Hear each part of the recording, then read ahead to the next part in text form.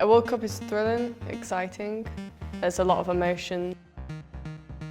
That is the biggest circuit tournaments in the world in archery. And you feel like each tournament, it's the last one for you. You know, you try to do your best. Everyone there wants to win a medal, but there are just a few who will win a medal. You learn to have to move on after each day because you always have something else tomorrow.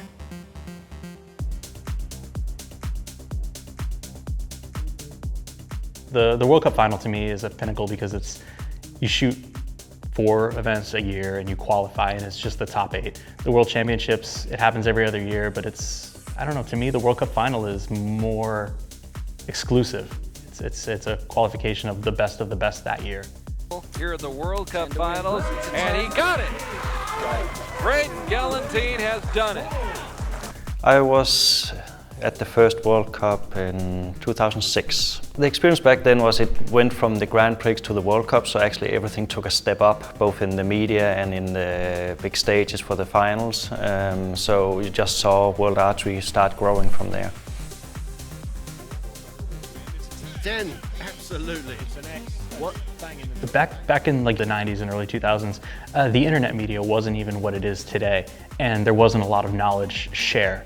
And the only opportunity to have that knowledge share was when teams came to these events and a coach was able to film an archer shooting and then take that back and break it down and figure out why they were having success versus, you know, a different style of shooting. So I think the World Cup was definitely very instrumental in that immediate knowledge share back in the day.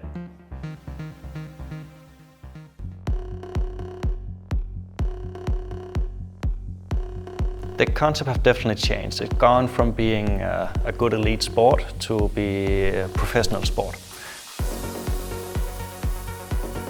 Suddenly you saw archers putting more and more time into the training, both recurve and compound, both at home but also out at tournaments. From back in the day, you had a lot of archers, and now you have athletes, younger athletes that are choosing archery, and the skill level's just increasing.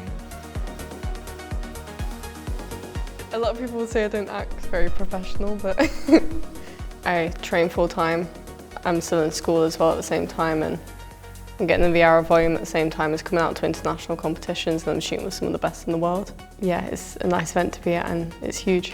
Sarah Lopez has gone the distance on 9 to finish it off, 10, 10, 9. When I started, there were a lot of big names around.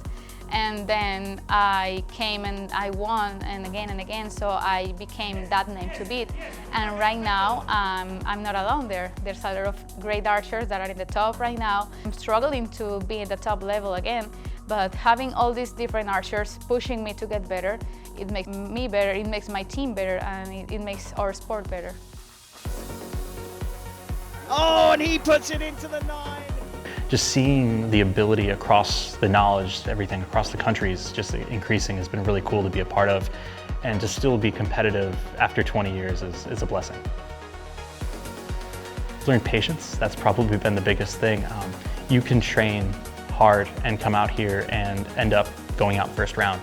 Preparing yourself from day one to be where you need to be throughout the week. You need to be within yourself so that when you get to the matches, you are still shooting the shots you need to, because honestly, as you compete, the more days you're in competition, your shot and your form are going to break down. So it's just maintaining yourself as long as you can and setting realistic expectations.